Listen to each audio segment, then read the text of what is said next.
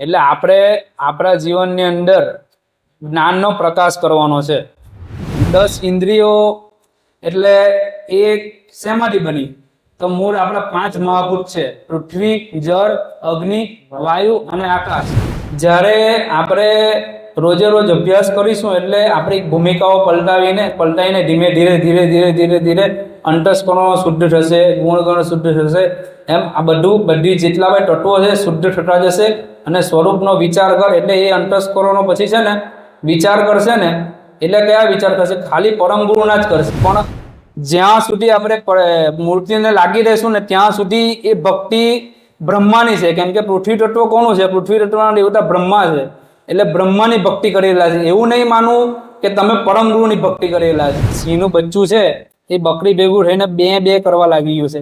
એવી જ રીતના આપણે બી અંશ ખરા ને એ તત્વોમાં ભળી ગયા છે. એટલે તત્વોમાં ભળી ગયા એટલે આપણે બકરી જેવા થઈ ગયા છે. એટલે સિંહ રૂપી પરમ ગુરુ આપને આજથી 250 વર્ષ પહેલા આ પૃથ્વી પર સમજાવવા આવે છે કે તું તો મારી સજાતીનો છે. સિંહનો બચ્ચો એટલે કોણ? અંશ. એટલે સૌથી પહેલું પરમ ગુરુ કૈવલ કરતા શું બનાવ્યું? તો અંકુર બનાવ્યું. એટલે અંકુરને જ્યાં સુધી જાણશું નહીં ને, અંકુરનો મર્મ ન જાણશું ને ત્યાં સુધી આપણે આ બાજુના જ રસબસમાં રચ્યા પચ્યા રહેવાના છે. એટલે ધર્મને ભૂલીને અલ્પ સુખનો આનંદ લેવા સર્વ ઘાટના વિશે 6 પ્રકારના રસનો સ્વાદ ચાખવાની પાછળ લોભાઈ રહ્યો છે. તેથી આ ભવમાં ફરી ભટકવું પડે છે. चैनल को सब्सक्राइब करिए, बेल आइकन दबाइए, ये वीडियो ज्यादा से ज्यादा लोगों तक पहुंचाइए.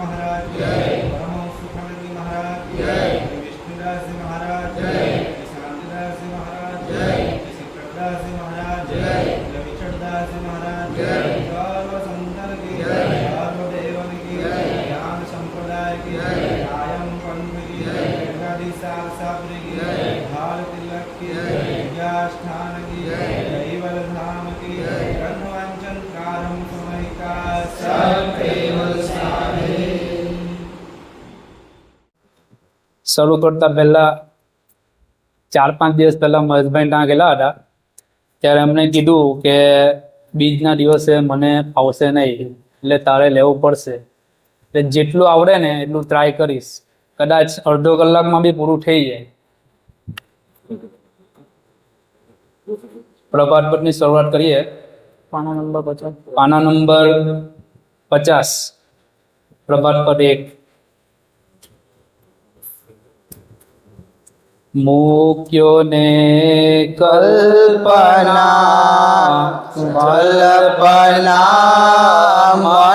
તણી તુજ વિના અન્ય નહીં કોઈ દૂજો તીર્થને વટને જોગ જગન તપ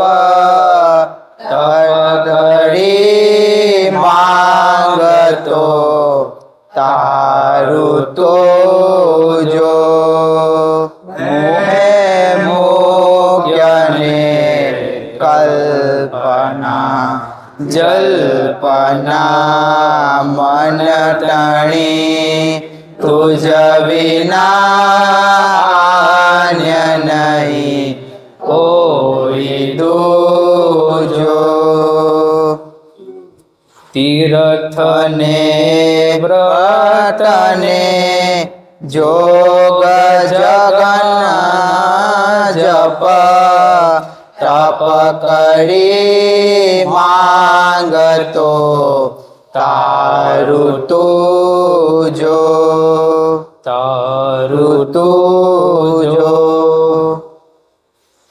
પહેલું તો પ્રભાત પદ. પ્રભાત એટલે શું? તો પ્રભાત એટલે પ્રભાત થાય છે ને એટલે સૂર્ય ઉગે છે. સૂર્ય ઉગે ને એટલે આખા જગતમાં અજવાળું થઈ જાય. એટલે આપણે આપણા જીવનની અંદર જ્ઞાનનો પ્રકાશ કરવાનો છે.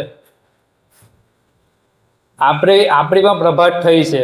જેમ આપણે પહેલાં અદ્રશ્ય રૂપે પિતાના બ્રહ્માંડમાં હતા, અત્યારે અદ્રશ્ય હતા તેમાંથી દ્રશ્ય થયા છે.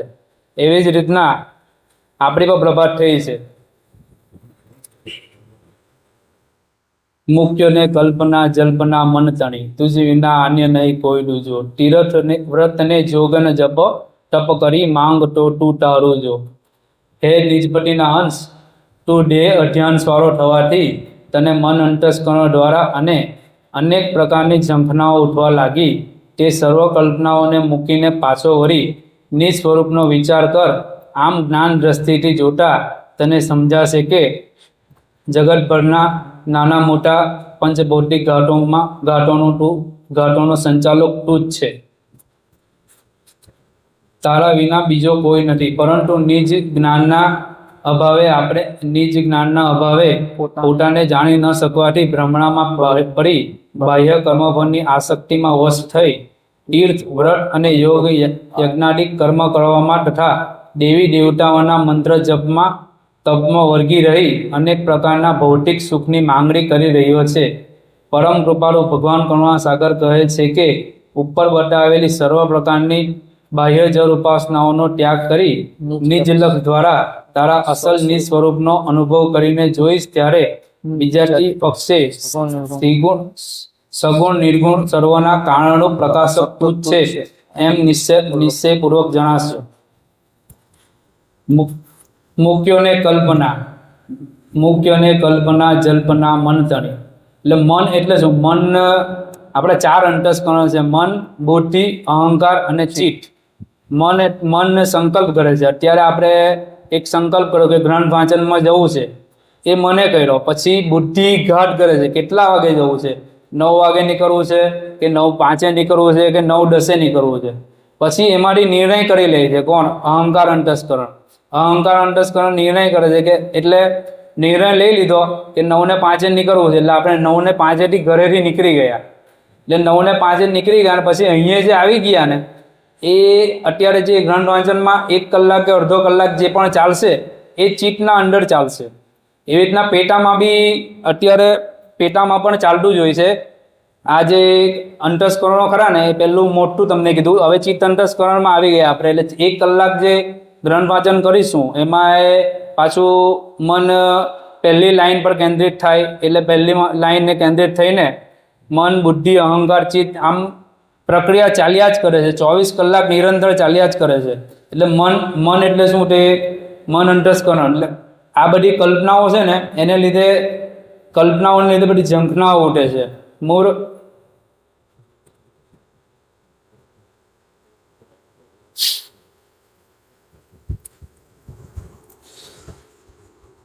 જેમ સૂર્ય આપણે અહીંયાથી 15 કરોડ કિલોમીટર દૂર છે, છતાં એ ઉગે એટલે પક્ષીઓ દાણા ચરવાના આવી જાય, પછી કલરો કરે, તેવી રીતના આપણી અંદર બી જ્ઞાનનો પ્રકાશ થાય. જ્ઞાનનો પ્રકાશ કેવી રીતના થાય છે કે કિરણ આવે ને એટલે સૂર્યનું કિરણ આવે ને એટલે બધું જ થાય છે. અજવાળું આવી જાય છે અંધકાર દૂર થઈને. તેવી જ રીતના અંશની વૃત્તિથી આપણી અંદરના જેટલા બી અંતસ્કરણો છે તે બધા ચાલે છે. પહેલા વૃત્તિ પડે એટલે વૃત્તિ પ્રણવની ઉપર પડે છે. એટલે પ્રણવની અંદર ઓહંગ અને સોહંગ. ઓહંગ એટલે આત્મા અને સોહંગ એટલે પરમાત્મા. વૃત્તિ પહેલા પરમાત્મા પર પડે છે. પરમાત્માની ચાસમી પછી આત્માને પહોંચે છે. આત્માની ચાસમી પછી નિરંજન તત્વને પહોંચે છે. નિરંજન તત્વની ચાસમી પછી અવ્યાકૃત તત્વને પહોંચે છે. અવ્યાકૃત પછી ગુણગણને પહોંચે છે. ગુણગણ પછી અંતસ્કરણોને પહોંચે છે. અંતસ્કરણોને ઇન્દ્રિયો ચલાયમાન થાય છે. 10 ઇન્દ્રિયો ચલાયમાન થાય છે. 10 ઇન્દ્રિયો એટલે એ શેમાંથી બની? તો મૂળ આપણા 5 મહાભૂત છે: પૃથ્વી, જળ, અગ્નિ, વાયુ અને આકાશ. હવે પૃથ્વી પાંચ જે મહાભૂત છે એમાંથી આકાશ તત્વમાંથી 10 કર્મેન્દ્રિયો 10 ઇન્દ્રિયોમાંથી 5 કર્મેન્દ્રિયો અને 5 જ્ઞાનેન્દ્રિયો છે. આકાશ તત્વમાંથી 2 ઇન્દ્રિયો બની. એક તો આકાશ તત્વમાંથી 2 ઇન્દ્રિયો બને. એમાં કાન અને મુખ. કાનની શ્રવણ આકાંક્ષા છે અને મુખની છે ઉચ્ચારણ આકાંક્ષા. વાયુ તત્વમાંથી 2 આકાંક્ષાઓ બની. એમાં વાયુ તત્વમાંથી 2 આકાંક્ષાઓ બની. એમાં ચામડી એક જ્ઞાનેન્દ્રિય છે અને કર્મેન્દ્રિય છે એ હાથ છે. પછી અગ્નિ તત્વમાંથી 2 ઇન્દ્રિયો બની. એમાં અગ્નિ તત્વમાંથી 2 ઇન્દ્રિયો બની. એમાં જ્ઞાનેન્દ્રિય આંખ છે અને કર્મેન્દ્રિય પગ છે. પછી અગ્નિ જળ તત્વમાં ગઈ. જળ તત્વમાંથી 2 ઇન્દ્રિયો બની. એક તો જ્ઞાનેન્દ્રિયમાં આવે જીભ અને કર્મેન્દ્રિયોમાં આવે લિંગ એટલે કે વિષય આકાંક્ષા. પછી એમાંથી પૃથ્વી તત્વમાંથી 2 ઇન્દ્રિયો બની. તેમાં પહેલી આવે નાક સુગંધ આકાંક્ષા. નાક પૃથ્વી તત્વમાંથી નાક અને મળ વિસર્જન માટે ગુડા. આમ 10 ઇન્દ્રિયો બની. આ 10 ઇન્દ્રિયો જે બની એમાંથી જે બી આપણે હવે જીભને કેવી કલ્પનાઓ ઉઠે છે કે મારે આજે સારું ખાવું છે, તીખું ખાવું છે, 6 પ્રકારના રસની ચાહનાઓ કરે છે. એટલે જીભને જે કલ્પનાઓ ઉઠે છે ને તે જ પ્રમાણે ઝંખનાઓ ઉઠે છે. પછી આંખ જોઈએ તો આંખને કંઈ સારું જોવું છે, પિક્ચર જોવું છે કે પછી ફરવા જવું છે, એ પ્રમાણે ઝંખનાઓ ઉઠે છે. પછી કાનને કેવું છે કે કંઈ સારું સાંભળવું છે, કંઈ ખરાબ સાંભળવું છે, એવી ઝંખનાઓ ઉઠે છે. એવી જ રીતના 10 ઇન્દ્રિયોને કલ્પનાઓને ઝંખનાઓ થયા જ કરે છે. પણ આનો જે 10મી ઇન્દ્રિયનો આપણે સવારે ગાયા છે ને આરતી મહારાજ કી, તેમાં આવે છે કે 11 ઇન્દ્રિયોની વાત કરી છે. એટલે 10 ઇન્દ્રિયો કઈ ગઈ તો આ 10માંથી 5 કર્મેન્દ્રિયો અને 5 જ્ઞાનેન્દ્રિયો. એનો રાજા છે મન. એટલે મનની જે પ્રમાણે ઝંખનાઓ ઉઠે છે ને તે જ પ્રમાણે ઇન્દ્રિયો કાર્ય કરે છે. મુક્યોને કલ્પના જલ્પના મન તણી, તુજ વિના આન્ય નહીં કોઈ દૂજો. તીર્થ વ્રત ને જોગ અને જગત જપ, તપ કરી તું માંગ તો તારો જો. હવે તું દેહ અધ્યાય હે નિજપતિના અંશ, તું દેહ અધ્યાન સ્વરો થવાથી તને મન અંતસ્કરણ અનેક પ્રકારની ઝંખનાઓ ઉઠવા લાગી. તે સર્વ કલ્પનાઓને મૂકીને પાછો વળી નિજ સ્વરૂપનો વિચાર કર. તું દેહ અધ્યાન સ્વરો થવાથી. દેહ એટલે આપણે બધાને એવું જ છે કે હું ભાવિન છું. જિજ્ઞેસને થાય કે હું જિજ્ઞેસ છું. પણ આપણે દેહ નથી. તો દેહ નથી તો શું દેહની અંદર શરીરની અંદર છે? ના, એ શરીરની અંદર બી નથી. તો શરીરને ધારણ કરવાનો છે? તો હા, શરીરને કોણ ચલાવે છે? તો બધા એમ કહે છે કે પ્રાણ ચલાવે છે. પણ પ્રાણ બી તું નથી. પણ પ્રાણને ચલાવનારો કોણ છે? તો તું. જ્યારે અંશની વૃત્તિ પ્રાણની ઉપર પડે છે ને ત્યારે બધું જ ચલાયમાન થાય છે. એટલે તું બધાથી છૂટો છે. તું જ વિના આની નહીં કોઈ દૂજું. સર્વ કલ્પનાઓને મૂકીને તારો વળી નિજ સ્વરૂપનો વિચાર કર. એટલે અહીંયા નિજ સ્વરૂપનો વિચાર કર એટલે વિચાર કોણ કરે છે? તો બુદ્ધિ. એટલે એવું નથી કે ખાલી જે આપણે વાતો ચાલે છે કે ખાલી ધ્યાનમાં બેસીને કે લક્ષ ભજન કરવાથી જ લક્ષ ભજન થશે, પણ આમાં કેવું કીધું છે, સદગુરુરાજ મહારાજે પણ લખ્યું છે કે નિજ સ્વરૂપનો વિચાર કર. હવે વિચાર કોણ કરે છે? તો અંતસ્કરણનો વિચાર કરે છે. જ્યારે આપણે રોજે રોજ અભ્યાસ કરીશું એટલે આપણી ભૂમિકાઓ પલટાવીને ધીરે અંતસ્કરણો શુદ્ધ થશે, ગુણગણ શુદ્ધ થશે. એમ આ બધી જેટલા ભાઈ તત્વો છે શુદ્ધ થતા જશે. અને સ્વરૂપનો વિચાર કર એટલે એ અંતસ્કરણો પછી છે ને વિચાર કરશે ને, એટલે કયા વિચાર કરશે? ખાલી પરમ ગુરુના જ કરશે. હવે 10 ઇન્દ્રિયોની વાત કરીએ તો પહેલી જે ઇન્દ્રિય છે એની પહેલી ઇન્દ્રિય છે કાન. કાન છે એટલે કાનની આકાંક્ષા કઈ તો શ્રવણ આકાંક્ષા. તો શ્રવણ આકાંક્ષાને પરમ ગુરુ બાજુ જ વાળી દેવાનું. જ્યારે પણ આપણે કઈ બી વિચારો કરતા હોય, બેસેલા હોય ને જ્યારે વાતો કરતા હોય એટલે જે બીજી પંચાટો વાળી જે એકબીજાની ચુગલી કરવાની કે પરમ ગુરુ સિવાયની જે વાતો હોય ને એ વાતો સાંભળતા ત્યાં રહેવું નહીં. કાં તો જે વખતે આપણે માના પેટમાં હતા તે વખતે જે ઓર કરેલો આવરણ કે એમાં જે 9 મહિના રહીને આપણે જે રીતે બહાર આવ્યા આવરણ બનાવીને તે જ રીતે ત્યાં આવરણ બનાવીને રહેવાનું. કે કોઈ બીજી વાતો ચાલતી હોય તે સાંભળવાની નહીં ઓર બનાવીને. ક્યાં તો પછી એમ કહીને નીકળે ચાલો હું જાઉં પછી આવું છું.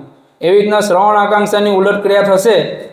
એવી જ રીતના શ્રવણ આકાંક્ષા પછી નીચે બીજી સ્પર્શ આકાંક્ષા. તો સ્પર્શ કેનો કરો? તો પરમ ગુરુની જ્યાં વાતો થતી હોય એવો સ્પર્શ કરવાનો, બીજો કોઈ સ્પર્શ જ નહીં કરવાનો. બીજો સ્પર્શ થશે તો અંકુરો પણ એવા જ વાસનાવાળા જ પાકવાના છે. કેમ કે હવે અંકુરો કેવી રીતના પાકે છે? તો અંકુરો 24 કલાક એક બી ક્ષણ એવો નથી કે અંકુર આપણે જે પણ ચર્ચાઓ કરીએ છીએ ને એનો આખો અર્ક બનીને સૂક્ષ્મના ચાલે છે ને ત્યારે ઉપર ચડી જાય છે. આપણે જે પણ 24x7 એક બી ક્ષણ માત્ર બી બાકી નથી રહેતી. કેમ કે અંશ તો બધું જ જાણે છે, પરમ ગુરુ બધું જ જાણે છે. એવું લખવામાં આવ્યું છે કે ગ્રંથમાં કીરીના પગમાં ઝાંઝર બાંધેલી હોય ને એ ઝાંઝરની અંદર ઘૂઘરી હોય ને એ પણ પરમ ગુરુ સાંભળે છે. એટલે એક બી ક્ષણ આપણે ખરાબ હોય કે સારું હોય એ બધું જ એ અંશને પહોંચે છે. એટલે અંશને અંકુર પકાવવાનો શોખ છે. એટલે અંકુર પકાવવો એનું ખાન છે અને ચાસમી લેવી એ અંશનું પાન છે. એટલે આપણે જે પણ 24x7 જે બી કરશું તેમાંથી અંકુરો પાકે છે. એ અંકુરો પાકશે ને એટલે પછી જો આપણે સારા પરમ ગુરુ બાજુના સાંભળશું, પરમ ગુરુ બાજુનો સ્પર્શ કરશું, પરમ ગુરુ બાજુનું દ્રષ્ટિ રાખશું, પરમ ગુરુ બાજુનું સુગંધ લેશું, પરમ ગુરુ બાજુની પરમ ગુરુનું જ્ઞાન ગ્રહણ કરશું, પરમ ગુરુના જ્ઞાન માટે ગમન કરશું, પરમ ગુરુના વિષય રાખીને વિષય આકાંક્ષાની ઉલટ ક્રિયા કરશું, પરમ ગુરુ સિવાયનું મર વિસર્જન કરશું. તો આપણા જે અંકુરો છે એ ટોટલ એ જ પ્રમાણે પાકશે અને એ પ્રમાણે આપણે અંશની ગતિ છેવટે પરમ ગુરુ બાજુ જશે. અત્યારે આપણે દેવભાવવાળા થઈ ગયા છે. હવે આગળ જઈએ. નિજ જ્ઞાનના અભાવે પોતાને જાણી શકવાથી બ્રહ્મા પરી બાહ્ય કર્મની આસક્તિમાં વશ થઈ તીર્થ વ્રત અને યોગ અને યજ્ઞાદિક કર્મ કરવામાં તથા દેવી દેવતાઓના મંત્ર જાપમાં તપમાં વળગી રહી અનેક પ્રકારના ભૌતિક સુખની માંગણીઓ કરી રહ્યો છે. સવારે આપણે છોટમ મહારાજનું જે છે ને એની અંદર આ જિજ્ઞેશ બી ભજનમાં ગાતા હોય છે કે જપ તપ તીરથ વ્રત વિધિ કોટી કરે જો કોઈ સુખ પામે તે સ્વર્ગનું પણ ગુરુ વિના મોક્ષ ન હોય. એટલે તીરથ વ્રત અને જોગને જપ તપ કરી તું માંગતો. આપને માંગતા જ આવડે છે. એટલે માંગતા આવડે છે પણ માંગનારો કોણ છે તે આપણે શોધી નહીં શક્યા. તીરથ હવે આપણે અત્યારે કેવું છે કે હવે આપણા સંપ્રદાયમાં જ તીરથની વાત ચાલુ થઈ ગઈ છે કે આ તીરથ છે કે જે બી તીર્થો છે એટલે બધા મંદિરો જાય છે એટલે કે આ તીર્થ પર ગયા. પછી વ્રત બધા ઉપાસનાઓ કરે છે. પછી જાપની વાત કરે છે કે જપ કૈવલ જાપ કૈવલ. પછી તપ રઘુરામ મહારાજે બી તપ કરી માંગ તું તારું જો. એટલે તીરથમાં બી નથી, વ્રતમાં બી નથી, જપમાં બી નથી અને તપમાં બી નથી. પણ આ માંગનારો કોણ છે તે કોઈ છોડી નહીં શક્યું. એટલે હવે આપણે અહીંયા મંદિરો તો આવીએ છીએ બરાબર, આપણે મૂર્તિ પૂજામાં લાગી ગયા છે બરાબર. મૂર્તિ પૂજા એટલે આપણે એવું સમજીએ છીએ કે પરમ ગુરુની પ્રાર્થના, પરમ ગુરુની ભક્તિ કરીએ છીએ, પણ જ્યાં સુધી આપણે મૂર્તિને લાગી રહીશું ને ત્યાં સુધી એ ભક્તિ બ્રહ્માની છે. કેમ કે પૃથ્વી તત્વ કોનું છે? પૃથ્વી તત્વના દેવતા બ્રહ્મા છે. એટલે બ્રહ્માની ભક્તિ કરેલા છે. એવું નહીં માનવું કે તમે પરમ ગુરુની ભક્તિ કરેલા છે. પૃથ્વી તત્વને માનો છો, મૂર્તિને જે પગે લાગો છો, એટલે મૂર્તિને પગે લાગો છો એટલે મૂર્તિને લાગનાર કોણ છે? હવે ધારો કે મને એવી ઈચ્છા થઈ કે મારે એક સારી નોકરી જોઈએ છે, એટલે હું છે ને સારી નોકરી માટે દર ગુરુવારે કે દર શુક્રવારે કે કોઈ બી એક દિવસ પકડી લો, રવિવારે જાવ તો રવિવારે એ દિવસે આવીને પ્રાર્થના કરું છું કે પરમ ગુરુ મને સારી નોકરી આપી દેજો, પરમ ગુરુ મને સારી નોકરી આપી દેજો. એટલે દર ગુરુવારે આવો. એવી રીતના આપણે વર્ષના 52 ગુરુવાર થાય તો 52 ગુરુવાર આવો. પછી બીજા આમ કરતાં કરતાં દર ગુરુવારે આવતો જાઉં. એટલે 1-2 વર્ષ પછી મને સારી નોકરી મળી જાય છે. પણ એ કંઈ મૂર્તિએ કામ નથી કર્યું, એ મૂર્તિએ કામ નથી કર્યું. એ જે છે ને એ હું દર વખતે જે ઈચ્છા કરું છું કે સારી નોકરી મળી જાય, એટલે મારા જે અંતસ્કરણો છે, મન, બુદ્ધિ, અહંકાર અને ચિત્ત, એ એકમેકમાં ઘસાય છે. અને ઘસાવાથી એક જેટલા બી દેવી દેવતાઓ છે, મન અંતસ્કરણના દેવતા કોણ છે? બુદ્ધિ અંતસ્કરણના દેવતા કોણ છે? મનના બ્રહ્મા, બુદ્ધિના વિષ્ણુ, અહંકારના શંકર, પછી ચિત્ત અંતસ્કરણના આદ્યશક્તિ, પછી એની ઉપર જાય તો નચિત, તો નરચિત અંતસ્કરણના નિરંજન. એટલે આ બધા દેવી દેવતાઓ આપણા કામ કરી દે છે. કેમ કે પાછો દેવી દેવતાઓને જે પણ કાર્ય કરે છે દેવી દેવતાઓને, એ બધા પરમ ગુરુના ઓફિસરો છે. એ પરમ ગુરુએ એમને કામગીરી આપી છે. એટલે પરમ ગુરુનો હુકુમ થવાથી જ એ આપણું કામ કરે છે. એટલે 4 અંતસ્કરણો ઘસાવાથી મને સારી નોકરી મળી જાય છે. અરે એ જે ઈચ્છા હતી, ઈચ્છાવૃત્તિ જે હતી, એ ઈચ્છા તો મારી જ હતી. એટલે હું કોણ? અંશ.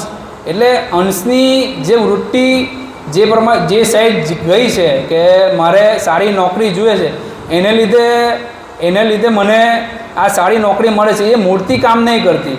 એટલે જ્યાં સુધી આપણે મૂર્તિની પૂજા કરશું ત્યાં સુધી તમે બ્રહ્માની જ પૂજા કરો છે. મારું એમ નહીં કહેવું કે મૂર્તિ પૂજા ખરાબ છે. મૂર્તિ પૂજા એક પ્રાથમિક તબક્કો છે. મૂર્તિ પૂજા કરવી જ જોઈએ. કેમ કે બાળપણમાં નાના છોકરાઓમાં બાળપણના જે આપણી જે પેઢી આવવાની છે એ નાના છોકરાઓને શીખવવા માટે તો આપણે મૂર્તિ પૂજા કરવી જ જોઈએ. જો આપણે મૂર્તિ પૂજા બંધ કરી દઈશું તો જે રીતે આ લોકો મુસલમાનો જે કરે છે નિર્ગુણની પૂજા, એ લોકોની નિર્ગુણની પૂજા છે, એ લોકો નિર્ગુણની પૂજા એટલે બ્રહ્મની પૂજા, પણ એ લોકો બી હવે કેવું થઈ ગયું છે કે કબરની પૂજા કરે છે. એટલે એ લોકો બી આકારની જ પૂજા કરે છે, નિરાકારની તો કોઈ પૂજા કરતું જ નથી. એટલે સ્ટાર્ટિંગમાં આપણે કરવું બરાબર છે કે 1 થી 7 ધોરણ સુધી ભણવા માટે જરૂરી છે, પણ એને વળગી રહેવાથી આપણી એ પરમ ગુરુની ઉપાસના થવાની નથી. બીજું આપણે પૃથ્વી તત્વ પછી આવે જળ તત્વ. એટલે જળ તત્વના દેવતા કોણ? તો વિષ્ણુ. હવે વિષ્ણુ એટલે આપણે ચણામઠ લેશું, પછી જે બી કંઈ આપણે કટાશમાંથી જે પાણી લઈ આવશું, એમાં જે પણ જેની પાણીમાં જે જળ તત્વની જે તાલાવેલી છે તે જળ તત્વની તાલાવેલી રહેશે ને, એટલે એમાં વિષ્ણુ ભગવાન જ કામ કરે છે. એમાં કોઈ પરમ ગુરુની પૂજા થતી નથી. એટલે જે કંઈ પછી અગ્નિ તત્વની વાત કરીએ તો અગ્નિ તત્વના દેવતા કોણ? શંકર. તો આપણે દીવો કરશું, પછી યજ્ઞ કરશું. એ બધી જે ભક્તિ છે એ શંકર ભગવાનને પહોંચશે. પછી વાયુ તત્વની પૂજા કઈ છે? તો પ્રાણાયામ કરશું. એટલે તમે શક્તિની પૂજા કરી રહેલા છે. પછી એના પછી આવે આકાશ તત્વ. તો આકાશ તત્વની વાત કરીએ તો આકાશ તત્વમાં ધ્યાન ધરવું. હવે ધ્યાન ધરો ને એટલે તમે નિરંજનની પૂજા કરો છો. પછી આ 5 તત્વોની મુદ્રા સિદ્ધ કરી લીધી કોણે? રઘુરામ મહારાજે. એટલે રઘુરામ મહારાજે પહેલાં પૃથ્વી તત્વની ભૂચરી મુદ્રા સિદ્ધ કરી. એટલે પૃથ્વી તત્વની ભૂચરી મુદ્રા સિદ્ધ કરી. એટલે એ પૃથ્વી તત્વની ભૂચરી મુદ્રા સિદ્ધ કરવાથી એ જમીનની અંદર જેટલા સમય સુધી રાખવું હોય તો આપણે રહેવું હોય તો રહી શકે. પછી દિવાલની આરપાર જઈ શકે. એટલે પૃથ્વી તત્વની મુદ્રા સિદ્ધ કરવાથી આ ભૂચરી મુદ્રા સિદ્ધ કરવાથી આ સિદ્ધિઓ મળે. પછી એના પછી જળ તત્વ. તો જળ તત્વની મુદ્રા એટલે કઈ? ખેચરી મુદ્રા. તો ખેચરી મુદ્રા એટલે જળ તત્વની મુદ્રા એટલે કે ખેચરી મુદ્રા સિદ્ધ કરવાથી પાણીની અંદર ગમે એટલા સમય સુધી ટકી શકે અને પાણીની ઉપર પણ ચાલી શકે. એટલે રઘુરામ મહારાજે પહેલાં જળ તત્વની મુદ્રા સિદ્ધ કરી લીધી, પછી અગ્નિ તત્વની અગોચરી મુદ્રા. અગોચરી મુદ્રા સિદ્ધ કરવાથી એ સર્વના દેખતા અદૃશ્ય થઈ જાય, એટલે એ મુદ્રા સિદ્ધ કરી. પછી એના પછી આવે વાયુ તત્વની ચાચરી મુદ્રા સિદ્ધ કરવાથી એટલે આકાશની અંદર ગમન કરી શકે. એમ વાયુ તત્વની છે, વાયુ છે ને આકાશ તત્વની અંદર હોય જ છે, એટલે આકાશની અંદર ઉડી શકે છે. ખેંચે ચાચરી મુદ્રા સિદ્ધ કરો. પછી એના પછી ઉન્મુનિ સિદ્ધ કરી એટલે આત્મતત્વનો સાક્ષાત્કાર થઈ ગયો. આત્મતત્વનો સાક્ષાત્કાર થઈ ગયો એટલે પણ પરમ રઘુરામ મહારાજે પોતાને તો જાણેલા જ નહીં હતા, એટલે એમણે પછી પરમગુરુના આવવાથી આ પાંચ મુદ્રાઓ જે સિદ્ધ કરી એ પરમગુરુને અર્પણ કરી દીધી. એટલે આ 5 મુદ્રાઓ સિદ્ધ કરી એટલે રઘુરામ મહારાજે 5 મુદ્રાઓ સિદ્ધ કરી એટલે પછી એમને પરમગુરુને અર્પણ કરી. એટલે પછી પરમગુરુના ગયા પછી રઘુરામ મહારાજ 20 વર્ષ, એટલે 20 તો નહીં પણ પરમગુરુના કૈવલ લીલા સંકલન પછી રઘુરામ મહારાજ લગભગ 15 થી 20 વર્ષ રહ્યા હશે. ત્યારે અંદાજિત એટલે 15 થી 20 વર્ષ રહ્યા હશે. એટલે એના પછી એમણે કોઈ દિવસ આ જે મુદ્રાઓ ખરીને એનો કોઈ દિવસ લોભ ન કર્યો કે એ મુદ્રાઓ મેં સિદ્ધ, કેમ કે એને પરમગુરુને અર્પણ કરી દીધી. એ અર્પણ કર્યા પછી એમણે મંદિર બનાવવાની શરૂઆત કરીને તો પહેલાં તો એમણે છે ને મંદિર બનાવવા માટે પૃથ્વી તત્વના બ્રહ્માજીને એક અરજી નાખી કે કેમ કે જે કોઈ પણ જ્યારે કંઈ પણ સારું કામ કરવામાં આવે છે ને ત્યારે રીઝવવામાં આવે છે, જે બી તત્વના દેવતા છે તેને રીઝવવામાં આવે છે. એટલે પહેલાં એણે બ્રહ્માજીને રીઝવ્યા. એટલે બ્રહ્માજી એમને પહેલાં તો આ જે ઈંટ છે, પછી જે કંઈ પૃથ્વી તત્વ આપણે દેખાઈ રહ્યું છે એની સગવડ કોણે કરી આપી? તો બ્રહ્માજીએ સગવડ કરી આપી. પછી એના પછી જળ તત્વ, તો જળ તત્વના દેવતા કોણ? વિષ્ણુ, એટલે એમણે પાણીની સગવડ કરી આપી. પછી વિષ્ણુ યાગ બી આપણે જ્યારે અહીંયા લખેલું જ છે કે જ્યારે મંદિરની સ્થાપના કરી ત્યારે વિષ્ણુ યાગ કરવામાં આવે. આમ કરીને વિષ્ણુ ભગવાને એમણે રીઝવ્યા. પછી એના પછી શંકર એટલે અગ્નિ તત્વ, તો શંકર ભગવાનને રીઝવવા માટે એમણે જે કર્યું એટલે અગ્નિ, એટલે આપણે જે દીવો કરવા માટે, યજ્ઞ કરવા માટે જે અગ્નિ જોઈએ એ શંકર ભગવાને આપી. પછી એના પછી આદ્યશક્તિ વાયુ, એટલે વાયુ વગર તો કંઈ થતું જ નથી. વાયુ એટલે કે ઉર્જા. આદ્યશક્તિનું કામ શું છે? ઉર્જા આપવાનું. એટલે આજે બી જેટલા બી આપણે ત્યાં ભક્તો આવે છે એ જે આવે છે એ આદ્યશક્તિને રઘુરામ મહારાજે કામ સોંપેલું છે. એટલે એ ઉર્જાને લીધે આખા સંપ્રદાયમાંથી ઉમરામાં લોકો દર્શન કરવા આવે છે. એ કોનું કામ કરે છે? તો આદ્યશક્તિ કામ કરે છે. પછી એના પછી નિરંજન, તો નિરંજનને રીઝવ્યા એટલે આકર્ષણ. આજે જેટલા બી આવે છે એક એટ્રેક્શન છે, આકર્ષણ છે. એ કામ કોણ કરે છે? તો નિરંજન કરે છે. એ બધાનો ઉપયોગ કરીને રઘુરામ મહારાજે 5 તત્વોના દેવતાઓને રીઝવ્યા. પછી છેવટે આ ગણપતિની આપણે જે સ્થાપના કરી છે એ સ્થાપનાના દેવતાને પણ રીઝવ્યા. પછી અહીંયા જે હનુમાનજી મહારાજ, એટલે હનુમાનજી ખરા, એમને પણ રીઝવ્યા. એટલે આપણે ત્યાં બધા જ ભગવાનોને આપણે ભગવાન તો કહીએ જ છે, પણ એ બધાને રીઝવ્યા એટલે એ બધાને કામે લગાવેલા છે. કોણે? રઘુરામ મહારાજે. એવી જ રીતના આ બધા તત્વો ચાલે છે. હવે આ તત્વોને ચેતન કરનારો કોણ? તો તું, એટલે તું તારું જો જપ તીરથ વ્રત જોગ અને જપ તપ કરી માંગ તો તારું તું જો, એટલે તારું તું જો. હવે તું જો એટલે તું અંશ. હવે જ્યાં સુધી દેખાય છે, હવે આપણે જ્યાં સુધી ક્રટને જોઈ શકીએ છીએ ને ત્યાં સુધી તું નથી. હવે વાત કરીએ તો પૃથ્વી તત્વમાં જે જેટલી બી આકાંક્ષાઓ છે, પછી 5 મહાભૂત છે અને 5 માત્રાઓ છે, એ બધું આપણે જોઈ શકીએ છીએ. સુગંધ બી આપણે પારખી શકીએ છીએ, બરાબર. પછી આંખથી જોઈ બી શકીએ છીએ. પછી ગમન કરીએ એટલે ગ્રહણ આકાંક્ષાને બી ગમન કરીએ એટલે પગને ચાલીએ એટલે કે ગમન આકાંક્ષાને જોઈ શકીએ છીએ. પછી ગ્રહણ કરીએ એટલે હાથથી ગ્રહણ કરીએ એટલે ગ્રહણ આકાંક્ષા, એટલે આ બધી આકાંક્ષાઓ છે. પછી માત્રાઓ છે, પછી પંચ મહાભૂત છે, એ બધું જોઈ શકીએ છીએ. એટલે એમાં તું નથી, તારું તું જો. પછી એની ઉપર ગઈએ તો અંતસ્કરણ, તો અંતસ્કરણ બી તારા થકી છે. એટલે આપણે અંતસ્કરણને બી જોઈ શકીએ છીએ કે સંકલ્પ કરીએ એટલે આપણે સંકલ્પ કરીએ એટલે આપણે તો ખબર પડે જ છે કે આ સંકલ્પ કર્યો. એટલે આ સંકલ્પ કર્યો એટલે તમે સંકલ્પને બી મનને બી જોઈ શકે છે. પછી ઘાટ ઘરે એટલે તું ઘાટને બી જોઈ શકે છે, બુદ્ધિને બી જોઈ શકે છે. પછી ટોલમોલ કરીને જે કંઈ નિર્ણય કરે છે એટલે અહંકાર અંતસ્કરણને બી જોઈ શકે છે. એટલે આવી જ રીતના તું અંતસ્કરણને બી જોઈ શકે છે, અવસ્થાને બી જોઈ શકે છે, પછી વિવસ્થાને બી જોઈ શકે છે, સ્તંભસ્કરણને બી જોઈ શકે છે. પછી એની ઉપર આવે એટલે ભાવનાઓ, 10 ભાવનાઓ અને 10 કાર. એટલે બધી ભાવનાઓ જે આપણી અંદર ઉત્પન્ન થાય છે, પરમ ગુરુએ 10 ભાવનાની વાત કરી છે. એટલે એ ભાવનાને બી જોઈ શકે છે તું. પછી કારને બી જોઈ શકે છે. એટલે ત્યાં બી તું નથી. પછી ઉપર ગઈએ તો 4 તત્વો આ જે સ્થૂળ દેહ, સૂક્ષ્મ દેહ, કારણ દેહ, એની ઉપર ગઈએ એટલે મહાકારણ દેહ. એટલે મહાકારણ દેહમાં 4 તત્વ કારણ છે. એટલે 4 તત્વ કારણમાં આનંદ તત્વ કારણ, મહાતત્વ કારણ, પ્રકૃતિ તત્વ કારણ અને ધનંજય તત્વ કારણ. આનંદ તત્વ કારણને બી તું જોઈ શકે છે, તને આનંદ આવે છે. પ્રકૃતિ તત્વ કારણ એટલે કે જે બી આજુબાજુ જે કંઈ દેખાય છે પ્રકૃતિ, તે પ્રકૃતિને બી જોઈ શકે છે. પછી ધનંજય તત્વ કારણ એટલે ધનંજય તત્વ કારણ શું રોકે છે, એક જગ્યાએથી બીજી જગ્યાએ એક ક્રિયામાંથી બીજી ક્રિયા માટે રોકે છે. એટલે એ ધનંજય તત્વ કારણને બી રોકે છે. ધનંજય તત્વ કારણને બી જોઈ શકે છે. અને મહાતત્વ કારણ, એ મહાતત્વ કારણ એટલે કે મહત્વ જે આપે છે આપને. કોઈ એક આજે મને તમે મહત્તા આપી દે કે તું ગ્રંથ વાંચન કર, એટલે હું એ મહત્તાને બી જોઈ શકું છું. તમે બી તમારી મહત્તાને જોઈ શકે છે. એટલે આ જે 4 તત્વ કારણ છે એને બી જોઈ શકે. એટલે ત્યાં પણ તું નથી. પછી એની ઉપર ગઈએ તો નિરંજનને અવ્યાકૃત, એ છે પરમ કારણ દેહ. એ પરમ કારણ દેહમાં નિરંજન અને અવ્યાકૃત. નિરંજન એટલે પુરુષ અને અવ્યાકૃત એટલે સ્ત્રી.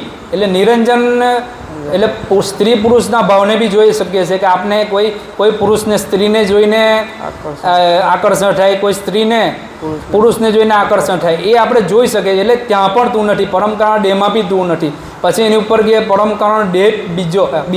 એટલે પરમ કારણ દેહ બીજો એટલે પ્રકાશ ભ્રમવૃત્તિ અને સંજમ ભ્રમવૃત્તિ.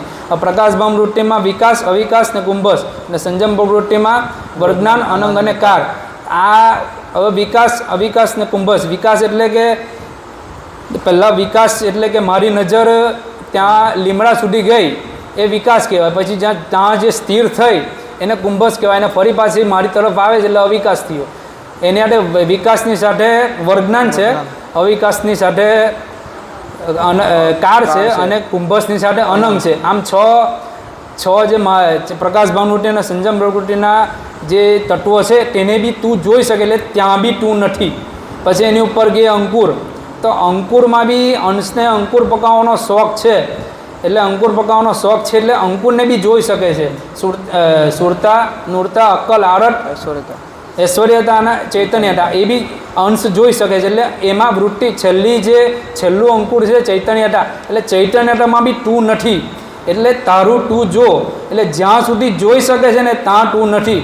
એના સિવાયનું જે શેષ બચે છે ને તે તું છે. એટલે પરમ ગુરુ આની અંદર એમ કહેવા માગે છે કે તારું તું જો. તારું તું જોવાનો જે અર્થ છે ને એ મને જેટલી સમજ પડી ને એટલી તમને સમજાવી. હવે આગળ જઈએ. નિંદ્રના સુપન મેં રાજભિક્ષુક થયો, જાજવા આપને દ્વાર ઉભો, સ્વપનું સમાઈ ગયો, જાગ્રત સુકલયો, જેમ હતું તેમ થયો, આપ શુભો હે નિયોગ્યને કલ્પના, જલ્પના મન તણી, તુજ વિના નહીં કોઈ દૂજો, કોઈ દૂજો. નિંદ્રના સુપન મેં રાજ ભિક્ષુક થયો, જાચવા આપને દ્વાર ઊભો, સપનું સમાઈ ગયું, જાગ્રત સુખ લયું, જેમ હતું તેમ થયું, આપ શુભો. દ્રષ્ટાંત 1. કોઈ રાજા જાગ્રત અવસ્થામાં પરિવર્તનથી નિદ્રાવસ્થ થતા સ્વપ્નમાં હું રાજા છું એમ અવસ્થાના ભેદે ભાન ભૂલી ગયો. તેથી સ્વપ્ન અવસ્થામાં ભિખારી થઈને પોતાના રાજદ્વારે ભીખ માંગવા ઊભો છે. જ્યારે સ્વપ્ન અવસ્થાનો અંત આવતા જાગ્રત થઈ જોયું તો રાજ સમૃદ્ધિનું અર્થાત સુખ પ્રત્યક્ષ જણાયું. ત્યારે સ્વપ્નના ભિખારીપણાનું દુઃખ દૂર થયું અને જેમ છે તેમ હું રાજા છું એમ અનુભવવાથી આનંદ થયો. કોઈ રાજા જાગૃત અવસ્થાના પરિવર્તનની નિદ્રાવસ્થાને સ્વપ્નમાં હું રાજા છું એમ. હવે પરમગુરુ એક જગ્યાએ ઉદાહરણ આપે છે કે સિંહ અને બકરીનું ઉદાહરણ આપે છે. એમાં બકરીના ટોળામાં સિંહનું બચ્ચું છે ને સાથે ભેગું થઈ ગયેલું હતું. એક દિવસ સિંહ એને જોવે છે કે આ તો જે સિંહનું બચ્ચું છે એ બકરી ભેગું થઈને બે કરવા લાગી ગયું છે. એવી જ રીતના આપણે બી અંશ ખરા ને એ તત્વોમાં ભળી ગયા છે. એટલે તત્વોમાં ભળી ગયા એટલે આપણે બકરી જેવા થઈ ગયા છે. એટલે સિંહરૂપી પરમગુરુ આપને આજથી 250 વર્ષ પહેલાં આ પૃથ્વી પર સમજાવવા આવે છે કે તું તો મારી સજાતીનો છે. સિંહનો બચ્ચો એટલે કોણ? અંશ. એટલે સિંહ એક વાર છે ને આવી રીતના જોઈ જાય છે ને પછી એને પકડે છે ટોળામાંથી ને તળાવના કિનારે લઈ જાય છે. અને તળાવના કિનારે લઈ જઈને એનું મોં બતાવે છે કે તું અંદર જો કોણ છે. એટલે પછી એને ખ્યાલ થાય છે કે આ તો હું તો સિંહ છું, પણ છતાંય એને સમજાવવા છતાંય બોલી નહીં શકતો. જેમ સિંહ ડહાર કરે છે ને તેવી રીતના બોલી નહીં શકતો. એટલે પછી બહુ ઘણા પ્રયાસો કરે છે, પછી તોય એનાથી બે થઈ જાય છે. પછી ઘણા પ્રયાસો પછી એને એ ડહારે છે ને ત્યારે એને થાય છે કે ના, હું તો આ સિંહની સજા છે. તેમ પરમગુરુ આપને 250 વર્ષ પહેલાં આ જે તું કોની સજાતીનો છે ને તું કોણ છે એને સમજાવવા માટે આવ્યા. એટલે તેવી જ રીતના રાજા જે ખરો ને એ જાગ્રત અવસ્થામાં આ જે આખું છે ને સ્વપ્ન છે. અત્યારે જે આપણે આ બ્રહ્માજીના સ્વપ્નની અંદર જીવી રહેલા છે. એટલે અત્યારે આપણે સ્વપ્નની અંદર જ છે, કેમ કે અંશ તો ત્યાં જ છે, કૈવલધામમાં જ. એટલે આ બધું સ્વપ્નમાં છે. એટલે રાજા જાગ્રત અવસ્થાના પરિવર્તનની નિદ્રાવસ્થ થતાં સ્વપ્નમાં હું રાજા છું એમ અવસ્થાના ભેદે ભાન ભૂલી ગયો. એટલે અવસ્થા એટલે કઈ અવસ્થા? આપણે 5 અવસ્થાનું વર્ણન પરમગુરુએ કરેલું છે: જાગ્રત, સ્વપ્ન, સુષુપ્તિ, તુરિયા અને ઉન્મુની. હવે જાગ્રત અવસ્થા એટલે અત્યારે આપણી આંખ ખુલ્લી છે એટલે જાગ્રત છે, બધા જાગ્રત જ છે. પણ એના પછી સ્વપ્ન અવસ્થા એટલે અત્યારે હું બોલું છું અને તમારું મન પહેલી લાઈનમાં કે કશે બીજે પહેલી લાઈન જે બોલો એ વિચારમાં પડી જાય, કાં તો પછી તમે અહીંયા જાગ્રત નથી ને તમને કોઈ ઘરના વિચારો આવી જાય કે પછી નોકરીના વિચારો આવી જાય. એટલે એ સ્વપ્ન અવસ્થા લાગી. એ જાગ્રતના પેટામાં સ્વપ્ન લાગેલી છે. પછી સ્વપ્ન પછી સુષુપ્તિ. એટલે સુષુપ્તિ એટલે હું જેટલું બી બોલું છું એમાંથી કંઈ જ યાદ નથી રહેતું. પછી એના પછી આવે તુરિયા. એટલે આ બધું જાગ્રતની પેટાની અંદર જ છે. તુરિયા અવસ્થા એટલે કે આપણે સત્સંગની વાતો છે ને તત્વોના દેવતા છે ને આપણા અંતસ્કરણો શુદ્ધ નહીં થયા ને એટલે એ દેવતાઓ ખરા ને આપણે સત્સંગ સાંભળવા જ નહીં દેતા. એટલે આપણે છે ને અચાનક એમ ઝોંકું આવી જાય. એટલે એ તુરિયા અવસ્થા. પછી ઉન્મૂન અવસ્થા એટલે એકદમ જ શાંત થઈ જાય કે એને કંઈ ભાન જ નહીં રહેતું. એટલે એ જાગ્રતના પેટામાં ઉન્મૂની અવસ્થા છે. એટલે આ રીતે અવસ્થાઓ કાર્ય કરે છે. એટલે સ્વપ્ન અવસ્થામાં ભિખારી થઈ પોતાના રાજદ્વારે ભીખ માંગવા ઊભો છે. એટલે આપણે કેવું છે કે આ બધી દેવી દેવતાઓને જે મૂર્તિ પૂજા છે, પછી જળ તત્વની પૂજા છે, પછી યજ્ઞો છે, પછી પ્રાણાયામ છે, પછી ધ્યાન ધરવાનું છે, એ બધી પૂજાઓમાં લાગી ગયા. એટલે તું આ બધી ભીખ માંગી રહ્યો છે. એટલે એ ભિખારીપણું દૂર કરવા માટે પરમગુરુ આપને સમજાવવા આવ્યા છે. સ્વપ્નના ભિખારીપણાનું દુઃખ દૂર થયું અને જેમ છે તેમ પોતે રાજા છું એમ અનુભવવાથી આનંદ થયો. એટલે જો આપણે તત્વોને જાણશું નહીં, 84 તત્વોને જાણશું નહીં ને ત્યાં સુધી આપણે છૂટા નહીં પડવાના. એના માટે પરમગુરુ 55 સસમવેદ લઈને આવ્યા. એટલે 55 સસમવેદ લઈને આવ્યા એટલે પહેલાં તો લઈને આવ્યા એટલે પરમગુરુ એવું નથી કે ખાલી હું કૈવલ કરતાનો પાટવી અંશ છું કે પરમ વિશેષ અંશ છું પછી કૈવલ કરતાં મારા પિતા છે, એટલે મારા બાપ સમાન છે. એટલે પરમ ગુરુ ખાલી પોતાની તારીફ કરવા કે કૈવલ કરતાની તારીફ કરવા નથી આવ્યા.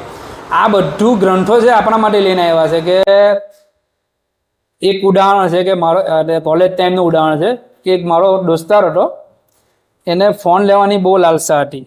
એટલે કોઈની પાસે ફોન જોઈએ ને એટલે એને એવી ઈચ્છા થાય કે મને બી ફોન મળે તો સારું એમ. એટલે પછી એવું જોઈએ એટલે એક દિવસ એના બાપને ખબર પડે છે કે એના છોકરાને ફોન જોઈએ છે. હવે એ ફોન જોઈએ છે એટલે એને બાપ ફોન લઈ આપે છે. તે પહેલાં તો એને ફોન વાપરતા આવડે, ફોન લઈ આપે. હવે ફોન વાપરતા આવડતો નહીં હતો, એટલે ફોન વાપરતા આવડે ને ધીરે ધીરે છે ને એ ફોન વાપરતો થયો. એટલે દરેક મેનુ, પછી એની અંદર જે બ્રાઇટનેસ કેવી રીતના વધારવી, વોલ્યુમ કેવી રીતના કરવો, જેટલું બી ખરું ને એ બધું મેનુમાં એને સમજ પડવા લાગી. એટલે પરમ ગુરુ એ સમજ ક્યારે પડવા લાગી કે એને સ્વીકાર્યું કે આ ફોન છે ને એ મારો છે એમ. આ ફોન કોનો છે કે મારો છે, ભલે એના બાપે લઈ આપ્યો છે. એવી જ રીતના પરમ ગુરુ જે બી લઈને આવ્યા એ જે ગ્રંથો છે એ મારા માટે લઈને આવેલા. જ્યાં સુધી આપણે અંદરથી થશે નહીં ને ત્યાં સુધી આપણે એવું થશે નહીં ને કે આ ગ્રંથ મારા માટે છે, ત્યાં સુધી આપણું કલ્યાણ થવાનું નથી. એટલે આ મેનુ જે ખરું ને ફોનની અંદર મેનુ, તેવી રીતના આ આખું 84 તત્વોનું પરમ ગુરુ મેનુ લઈને આવ્યા. એની અંદર પાછું ઉલટ ક્રિયાઓ દર્શાવી. હવે ઉલટ ક્રિયાઓ દર્શાવી એટલે બધી જ જે આકાંક્ષાઓ છે, અંતસ્કરણો છે, ગુણગણ છે, પછી જે બી કંઈ ઉર્જા આવે છે, પછી જે આકર્ષણ આવે છે, પછી પ્રાણને લીધે જે પણ થાય છે, એ બધું પરમ ગુરુને જ્યાં સુધી સમર્પિત ના કરીશું ને ત્યાં સુધી તારું તું જો એટલે તું નીકળવાનો નથી. હવે આગળ તમ પદ સાત્વિક સ્વરૂપ સ્વામી તણો રજોગુણ રસબસ ડુંબો જુંબો દ્વાદશ દ્વારનો સાર મંદિર રચ્યો ઘટ ઘટ ખતરસ લેવા ચુંબો હે મોક્યાને કલ્પના જલ્પના મન તણી તુજ વિના નહીં કોઈ દૂજો. હે પરમપતિના અંશ, ઉપર દર્શાવ્યા પ્રમાણે દ્રષ્ટાના ન્યાયે તું નિજ જાણ સ્વરૂપે દ્રષ્ટા હોય. 3 ગુણ આદિ સર્વ જળ તત્વના રાજા સમાન સ્વામી છે. તારા ચૈતન અમલ વડે સર્વ તત્વોની ક્રિયાનો વહીવટ ચાલે છે. એ જ્ઞાન અને વિજાતીય તત્વોના સંગ દોષે કરીને વિસારે પડ્યું છે, જેથી તું રજોગુણના મોહમાં લુંબો અને લપેટાઈને ઝુંબો કહેવા ઝંપલાયો. તેથી તને જે જાણ ના રહી તે ઉત્તમ મનુષ્ય દેહરૂપી દેવર નિજ કરતાએ 12 દ્વાર વાળું બનાવી આપ્યું છે, જેમાં આત્મા દેવ બિરાજમાન હોય. પરમ ગુણના લક્ષબોધ વડે સત્ય સારું નિજ પદને જાણવાનું હતું, તે નહીં જાણવાના કારણે પોતાના ધર્મને ભૂલી અલ્પ સુખનો આનંદ લેવા સર્વઘાટોના વિશે 6 પ્રકારના રસનો સ્વાદ ચાખવાની પાછળ લોભાઈ રહ્યો છે. તેથી આ ભાવમાં ફરી ભટકવું પડે છે. હવે અહીંયા 3 ગુણની વાત કરી છે, રજોગુણ, તમોગુણ અને સતોગુણ. રજોગુણ એટલે વિષય આકાંક્ષા, જે બી મોહ થાય છે એ રજોગુણને લીધે થાય. સતોગુણ એટલે સારી વાતો સાંભળવી, સત્સંગમાં જવું, એ સતોગુણ છે. અને તમોગુણ એટલે ક્રોધ, એટલે કંઈ પણ ખરાબ જે ક્રિયાઓ થાય છે તમોગુણને લીધે થાય છે. હવે આ તમોગુણ જે ગુણ ગણને લીધે જે અંતસ્કરણો અને જે આકાંક્ષાઓ થાય છે એને લીધે આપણે જે દ્રષ્ટિ છે, એટલે જે નિરીક્ષણ આકાંક્ષાની વાત કરીએ તો આંખ ખરીને એ આપણી આ બાજુનું જ જોવા માટે તલપાપડતા લે છે. દ્રષ્ટિ 4 પ્રકારની છે. તો પહેલી દ્રષ્ટિ ચર્મ દ્રષ્ટિ, પછી દિવ્ય દ્રષ્ટિ, પછી જ્ઞાન દ્રષ્ટિ અને પછી ચેતન દ્રષ્ટિ. હવે જળ દ્રષ્ટિ એટલે જળ દ્રષ્ટિની વાતો કરીએ તો જે બી ચર્મથી આપણે જે જોઈએ છે તે જળ દ્રષ્ટિ છે. પછી દિવ્ય દ્રષ્ટિ એટલે દિવ્ય દ્રષ્ટિમાં થોડું જ્ઞાન આવે કે દિવ્ય દ્રષ્ટિ એટલે આપણે અંતસ્કરણોને જોઈ શકીએ, પછી ગુણગણોને જોઈ શકીએ, દિવ્ય દ્રષ્ટિ. પછી જ્ઞાન દ્રષ્ટિ એટલે જ્ઞાન દ્રષ્ટિથી જ્ઞાન બધું આવી જાય, પણ જ્ઞાન બી પૂરતું નથી, એટલે ચૈતન દ્રષ્ટિની જરૂર છે. એટલે ચૈતન દ્રષ્ટિ થશે તો જ આ બાજુનો જે રસ ખરો ને એ લેવાનો ઓછો થશે અને પરમ ગુરુ બાજુનો રસ લેશે. એટલે રજો ગુણ રસ બસ લેવા લુંબો ચુંબો દ્વાદશ દ્વારનું સાર મંદિર રચ્યું. હવે આપણા શરીરમાં 12 દ્વારનું આપણું જે શરીર ખરું ને 12 દ્વારનું બનેલું છે. તો 2 આંખ, પછી 2 કાન, 2 નાક, 6 મુખ, પછી ગુહ્યાંગ, પછી લિંગ એટલે ગુહ્યાંગ જ થયું. પછી ગુડા, આમ કરીને 9 દ્વાર થયા. અને 10મું દ્વાર જે ખરું ને એ બ્રહ્મણ છે.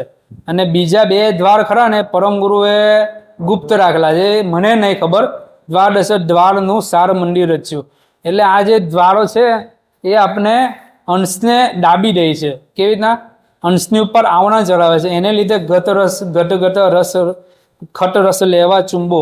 એટલે આપણે આ બાજુની જ બધી જે બી કલ્પનાઓ થાય છે એને લીધે આ બાજુની જ કલ્પનાઓ થાય છે અને ઝંખનાઓ પણ એની જ ઉઠે છે. એટલે પરમ ગુરુ એમ કહે છે કે જ્યાં સુધી આપણે 84 તત્વોની ઉલટ ક્રિયા ન કરીશું ને ત્યાં સુધી અંશ કૈવલ કરતાને દ્વારે જશે નહીં. એટલે ઉલટ ક્રિયાને મહત્વ આપવું જોઈએ. તો આગળ જોઈએ તો દેહરૂપી મનુષ્ય દેવરૂપી નીચ કરતાના 12 દ્વારો બનાવી આપ્યું છે. તેમાં આત્મા દેવ બિરાજમાન હોય પરમ ગુરુના લક્ષબોધ વડે સત્ય સારરૂપ નીચ પરને જાણવાનું હતું, તે નહીં જાણવાને કારણે પોતાના ધર્મને ભૂલી ગયો. એટલે ધર્મ એટલે હું ધર્મ એટલે ધર એટલે અંકુર અને ધરનો મન. ધર એટલે પહેલું, એટલે સૌથી પહેલું પરમ ગુરુએ કૈવલ કરતા હું બનાવ્યું તો અંકુર બનાવ્યું. એટલે અંકુરને જ્યાં સુધી જાણશું નહીં ને, અંકુરનો મર્મ ન જાણશું ને ત્યાં સુધી આપણે આ બાજુના જ રસબસમાં રચ્યા પચ્યા રહેવાના છે. એટલે ધર્મને ભૂલીને અલ્પ સુખનો આનંદ લેવા સર્વ ઘટના વિશે 6 પ્રકારના રસનો સ્વાદ ચાખવાની પાછળ લોભાઈ રહ્યો છે. તેથી આ ભવમાં ફરી ભટકવું પડે છે. ચલો આગળ. જીવતો કાલ કેરા તાર તો કાલના કાલ મેં તો ભૂજો કહે કુવેરા જ્ઞાન અંધેરા ટળે ગુરુ ગમા દ્રષ્ટિએ મોઈ સૂજો હે મોક્યને કલ્પના મન તણી તુજ વિના નહીં કોઈ દૂજો. હે અંશ, સ્થૂળ સૂક્ષ્મ અને કારણ આ ત્રણેય દેહમાં જીવરૂપ તું જ છે. તેમજ મહાકારણ દેહ પ્રકૃતિ ઓમકાર સહશિવરૂપ પણ તું જ છે. તથા આકાશ તત્વનો પરમ કારણ દેહ નિરંજન જ્યોતિરૂપ હોય તે તારી ચૈતન્ય ઝલકથી ઝળકી રહ્યો છે. તે હે અંશ, જ્યારે તત્વોનું સર્જન થયું તે આદિકાર કહેવાયો. તેને ચલિત કરનાર કીર્તાર પણ તું જ છે. તથા તત્વ વિસ્તારના પસારાનું નામ મધ્યકાર તેમજ તે પસારાનો લય થયો તેને અંધકાર કહે છે. આમ ન્યાય દ્રષ્ટિથી તપાસી જોતા કાળના કારણે તું જાણનારો હોય, આદ્ય મધ્ય અને અંતથી તું ન્યારો છે એવી શુદ્ધ સમજ પડતા તને પરમ ગુરુના લક્ષ દ્વારા અનુભવનો ઉદય થશે. ત્યારે પરમ ગુરુ દયાળુ ભગવાન કરુણાસાગર કહે છે કે તારો અજ્ઞાન રૂપી અહંકાર તરી જતા ગુરુગ્રમ દ્રષ્ટિથી નિજ સ્વરૂપને જાણી તું નિર્ભય થઈ જશે. જીવ તું શિવ તું કાલ કીર્તાર્થ. જીવ શિવ કાલ કીર્તાર્થું, એટલે અહીંયા એવો મતલબ નહીં થયો કે તું જીવ છે, તું શિવ છે, કાલ કીર્તાર્થું છે, પણ આ બધાને ધારણ કરનારો તું છે. આપણા સંપ્રદાયમાં એવી માન્યતા છે કે હું જીવ છું, હું શિવ છું, હું આત્મા છું, એ પણ આ બધાથી અંશ છૂટો છે. જીવ એટલે શું? 4 પ્રકારના ભાવનું પરમ ગુરુએ વર્ણન કર્યું છે: જીવ ભાવ, શિવ ભાવ, આત્મા ભાવ અને અંશ ભાવ. એટલે જીવ ભાવ એટલે આપણે જે દેહ ભાવ છે કે હું દેહ છું, એ જે ભાવ છે એને જીવ ભાવ કહેવાય છે. એટલે આપણે બધી જે બી ક્રિયાઓ અત્યારે કરતા છે એ જીવ ભાવને આધારે કરતા છે. હવે શિવ ભાવ એટલે હું કે કલ્યાણ કરો. લોકોનું કલ્યાણ કરવાનું આપણે ઈચ્છાઓ થાય કે ચાલો હવે બધા જે ગામડેથી જે સંતો આવે છે, પછી જે બી ભક્તો આવે છે, એની સેવા કરવાનું મન થાય, એટલે એ શિવ ભાવ કહેવાય. એટલે સેવા કરવાની એવું ના નહીં પાડતા, પણ આ એક શિવ ભાવ એટલે તમારી અંદર જે ભાવનાઓ ઉઠે છે ને એને લીધે શિવ ભાવ થાય, એને લીધે શિવ ભાવ થાય છે. પછી શિવ ભાવ મટી જાય ને એટલે આત્મા ભાવ. એટલે આત્મા ભાવ એટલે એક જ્ઞાન આવે કે પ્રણવને જાણનારો થઈ જાય તું. પ્રણવને સાધી લઈ એટલે તારા મનની અંદર આત્મા, એટલે રઘુનાથ મહારાજે 5મી મુદ્રિકા સિદ્ધ કરી મુનિ, એટલે આત્મા તત્વનો સાક્ષાત્કાર થઈ ગયો. એટલે ત્યાં સુધી બી તું નથી. હવે કાલ કીર્તાર્થું, એટલે કાલ કીર્તાર એટલે જે આ બધાનો કાર નિરંજન જે ખરા ને એ કાળનું રૂપ લે છે. જ્યાં સુધી આપણે માયાના પ્રદેશમાં હશું ત્યાં સુધી એ કાર આપણે ખાઈ જ જશે. હવે એ કાલ કીર્તાર્થું, અહીંયા જે શિવ ખરું ને એ 2 રૂપમાં લેવામાં આવે. એટલે શિવ અત્યારે જગતમાં માન્યતા છે કે શિવ જે ખરા ને એ મૂળ શિવ ખરા ને એ નિરંજન છે, પણ અત્યારે શંકર ભગવાનને લોકો શિવ માને છે. એટલે કે જે બી શંકર ભગવાનમાં જે નિરંજનનું જે જ્ઞાન આવ્યું ને એને લીધે એને શિવ કહેવામાં આવે છે. એને લીધે આપણે જે તમોગુણમાં છે ને પરમ ગુરુએ 10 કાળને વર્ણન કર્યું છે. એટલે જે બી જાણ નિરંજનની શંકરની અંદર આવી એને લીધે એને શિવ કહેવામાં આવે. તો મૂળ જે શિવ ખરા ને એ નિરંજન છે. એ નિરંજન જ્યારે આપણે માયાના પ્રદેશની અંદર હશું ત્યારે એ કાળનું રૂપ લેશે. એટલે પછી પરમ ગુરુ અહીંયા કહે છે કે તું કાલ કીર્તાર્થું, તું કાળને કાલના કાલ મેં તોય બુઝ્યો. એટલે તું તો કાળનો બી કાળ છે, મહાકાળ છે. અહીંયા પરમ ગુરુ તો મહાકાળ એટલે કે બ્રહ્મને બી કીધું છે, પણ એ મહાકાળનો બી કાળ તું છે. કાલના કાલ મેં તોય બુઝ્યો. એટલે આપણે માયાના પ્રદેશમાં જ્યાં સુધી માયા બ્રહ્મ સુધી માયા છે. બ્રહ્મ જે ખરું ને એ નથરીનું રૂપ લે છે. એટલે બ્રહ્મ સુધી માયા છે. જ્યાં સુધી માયાના પ્રદેશમાંથી નીકળશું નહીં ને ત્યાં સુધી અંશ છૂટો નહીં પડવાનો. એટલે જીવ તું શિવ તું કાલ કીર્તાર તું કાલના કાલ મેં તોય બુઝ્યો. એટલે પ્રણવને સાધીને પ્રણવનો ઉપયોગ કરી આપણે 84 તત્વોનો પૂરેપૂરો ઉપયોગ કરી શરીરને જ્યારે ચલાવશું ત્યારે અંશ છૂટો થશે. એટલે કે ત્યારે તારું તું જો એ તું છૂટો થશે. એટલે જ્યાં સુધી 84 તત્વોને સમજશું નહીં ને ત્યાં સુધી આપણે જીવ ગતિમાં જ રહેશું, શિવ ગતિમાં જ રહેશું, આત્મગતિમાં જ રહેશું. અંશની જે અંશભાવ છે એ નિખરવાનો નથી. એટલે કહે કુંવર અજ્ઞાન અંધેર તળે ગુરુગમ દ્રષ્ટિએ મોય સૂજ્યો. એટલે પરમ ગુરુની કૃપા વગર કંઈ જ થવાનું નથી. કહે કુંવર જ્ઞાન અંધેર તરે ગુરુગમ દ્રષ્ટિ. ગુરુગમ દ્રષ્ટિ એટલે અહીંયા ગુરુગમ દ્રષ્ટિ એટલે ચૈતન દ્રષ્ટિની વાત કરી છે. એટલે પરમ ગુરુ સાથે એકમેક થશું તો કૈવલ કરતાની જાણ આવશે. અને એવું સમર્પણ કરવું પડશે કે જ્યાં સુધી આપણે પરમ ગુરુને સમર્પણ ના કરશું ને આપણી બુદ્ધિ ચલાવશું ને ત્યાં સુધી કંઈ થવાનું નથી. હવે જે બુદ્ધિની પહેલા આવે મન અંતસ્કરણ. એટલે મન અંતસ્કરણ જ્યારે મનનું કામ શું છે? સંકલ્પ કરવાનો. જ્યારે સંકલ્પ દ્રઢ થશે, એકમુખી થશે, એટલે સંકલ્પ દ્રઢ થશે ને ત્યારે મનનું રૂપાંતર અંકુરની અંદર જે પહેલું અંકુર છે નૂરતા એની અંદર પરિવર્તિત થશે. પછી બુદ્ધિ, જ્યારે બધા તત્વોની ઉલટ ક્રિયા કરશું એટલે બુદ્ધિ ખરું ને એ બુદ્ધિની રૂપાંતર અક્કલની અંદર થશે.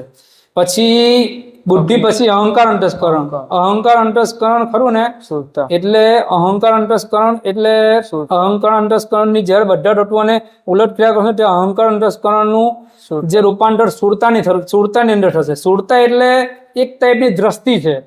અત્યારે આપણી દ્રષ્ટિ કેવી થઈ છે કે આ બાજુની થઈ છે. આ બાજુની એટલે કે કૈવલ કરતા સિવાયનું જેટલું બી છે, કૈવલ પ્રદેશ સિવાયનું જેટલું બી છે એ બધું આ બાજુનું ઓરલું છે. એટલે એના સિવાયની દ્રષ્ટિ છે. એટલે એકાગ્રતા જે ખરી ને, એકાગ્રતા પરિપૂર્ણ જ્યારે કૈવલ કર્તાની તરફ વળી જશે ને ત્યારે એ એકાગ્રતાનું રૂપાંતર સુરતાની અંદર થશે. એટલે જે અહંકાર અંતસ્કરણનો જે ટોલમોલ ખરું ને એ પછી કોણ કરશે તો સુરતા કરશે. પછી એની આગળ જઈએ તો ચિત્ત અંતસ્કરણ. તો ચિત્ત અંતસ્કરણ એટલે એનું રૂપાંતર થશે આરટમાં. એટલે આરટ એટલે એક ટાઈપનો ભાવ છે. જે આ બાજુનો ભાવ છે ને ત્યાં સુધી એ ચિત્ત અંતસ્કરણ કરશે. પછી જ્યારે પરમ ગુરુ મય થઈ જશે ને ત્યારે એ આરટનું રૂપાંતર ભાવ જે ખરા ને એ બધાનું રૂપાંતર એટલે ચિત્ત અંતસ્કરણ પછી પરમ ગુરુ મય થઈ જશે ને એટલે પછી એ ભાવનું રૂપાંતર આરટમાં થઈ જશે.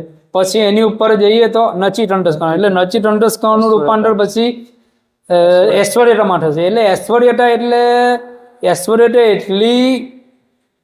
એટલી બળવાન છે ને કે ભલભલા ઋષિ મુનિઓ છે, તપસ્વીઓ છે, એની અંદર બધા ફસાયા છે. એટલે જ્યાં સુધી ઐશ્વર્યતાને ભૂલીને જે છેલ્લું અંતસ્કરણ છે ચૈતન્યતા. એટલે ચૈતન્યતા એટલે ચૈતન્ય વૃત્તિ. એટલે ચૈતન્ય વૃત્તિથી જ્યારે બધું આપણે કાર્ય કરીશું ત્યારે એ પછી અંકુર કરશે. એટલે તું અંકુર રૂપે થઈ ગયો. પછી પરમ ગુરુ એમ કહે છે કે તું અંકુર પણ નથી. કેમ કે અંકુર સુરતા નૂરતા અક્કલ આરટ ઐશ્વર્યતાને ચૈતન્યતાને બી તું જોઈ શકે છે. એટલે તું આ બધા અંકુરોની 6 રકમોને બી જોઈ શકે છે. હવે આ 6 રકમો બધી ચૈતન્ય વૃત્તિનું રૂપાંતર અંશ વૃત્તિમાં થશે. એટલે અંશ વૃત્તિમાં થશે એટલે તું પછી પરમ ગુરુની નજીક જ છે, અંશ થવાની નજીક છે, પણ વૃત્તિ એ છોડવી પડશે. એટલે વૃત્તિ જ્યાં સુધી અંશની વૃત્તિ છોડશું, હવે એ આપણી બુદ્ધિએ થવાનું નથી, અંકુલની અક્કલે થવાનું નથી. એટલે આ બધું છોડશું, પૂરેપૂરું સમર્પણ કરશું ત્યારે આ જે વૃત્તિ ખરી એ અંશની અંદર સમાશે. એ સમાશે કોણ તો પરમ ગુરુ જ.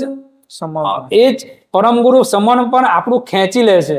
આપણે સમર્પણ જ્યાં સુધી આપણે કરશું ને ત્યાં સુધી સમર્પણ કરનારો બી તું છે.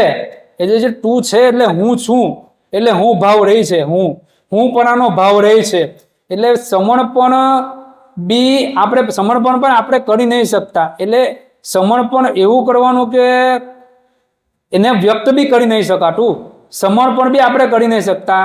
જ્યારે બધું જ સમર્પણ કરશું ત્યારે એ આપમેળે કૈવલ કરતા અને પરમ ગુરુ ખરા ને એ આપણું સમર્પણ કરી લેશે. ત્યારે અંશ પોતાની ગતિએ હંસ ગતિએ પહોંચશે. એટલે હંસ ગતિ જાણશે. એટલે પછી તું તારું જો જે પરમ ગુરુ અહીંયા પહેલેથી સ્ટાર્ટિંગમાં કર્યું તું તારું જો માંગતો એટલે માંગવાનું બંધ થશે. એટલે તું તારું જો આમ કરીને પોતે કૈવલ કરતા અને પરમ ગુરુની કૃપાથી હંસ ગતિને પ્રાપ્ત થશે. અને છેવટે તું બધું જોતા પોતે છૂટો થશે. સત્કેવલ સાહેબ શ્રીમંત કરુણા સાગર ભગવાન કી જય. નરવેદ સાગર મહારાજ કી જય. મહાન તપસ્વી ગૌરા મહારાજ કી જય. પરમહંસ સુખાનંદજી મહારાજ કી જય. શ્રી અવિચરદાસજી મહારાજ કી જય. સત્કેવલ ધામ કી જય. સત્કેવલ સાહેબ.